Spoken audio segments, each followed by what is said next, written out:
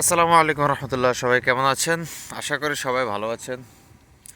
তো দেখেন, সুন্দর একটা জায়গায় আমি বসে আছি সন্ধ্যাবেলার সময়।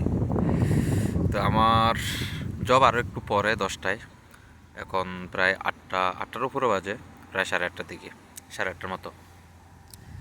তো বাসায় একা একা ছিলাম এতক্ষণ, ভালো লাগতেছে না, ভাবলাম একটু বাইরে হেঁটে আসি। তো বাসার পাশেই সুন্দর একটা এখানে শপিং মল আছে, খুব চমৎকার। এই শপিং মলের পিছনে সুন্দর একটা পার্ক, খুবই চমৎকার জায়গাটা। হুম, মাঝে মাঝে বিকেলবেলার সময় আমাদের অবসর টাইমে আমাদের বন্ধুবান্ধব মিলে এখানে বসা হয়, বসে সময় কাটায়। এদিকে দেখেন আরও সুন্দর জায়গা, সুন্দর রাস্তা, আর এই যে কি সুন্দর দেখেন ভবন আছে, ভালো লাগে জায়গাটা অনেক। এটা একটা বাস স্টেশন, এখান থেকে এই তো টোকিও বা বিভিন্ন শহরে দূরপাল্লার বাসগুলো এখান থেকে যায়, টাইমলি বাস আসে।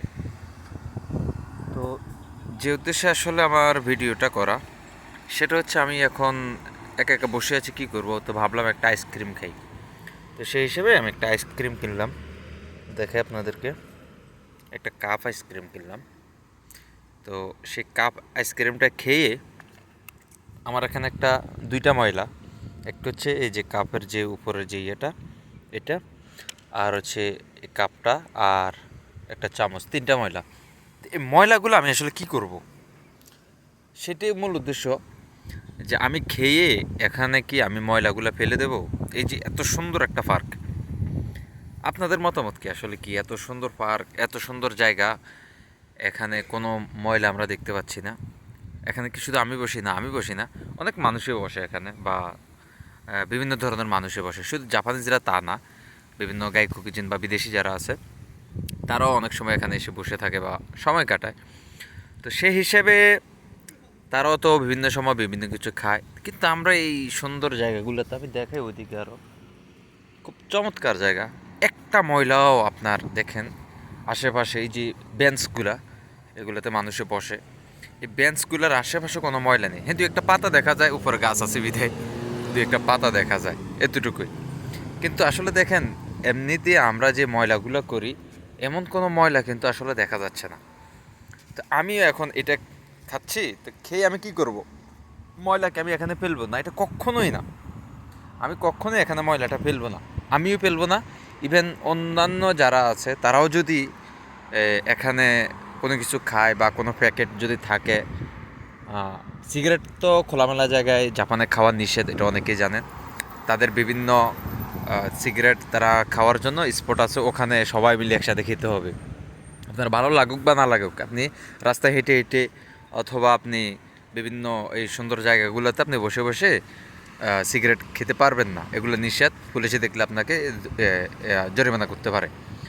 তো এইটাই উদ্দেশ্য আসলে, আমাদের দেশের শহরগুলোও কিন্তু আমরা এইভাবে সুন্দর রাখতে পারি।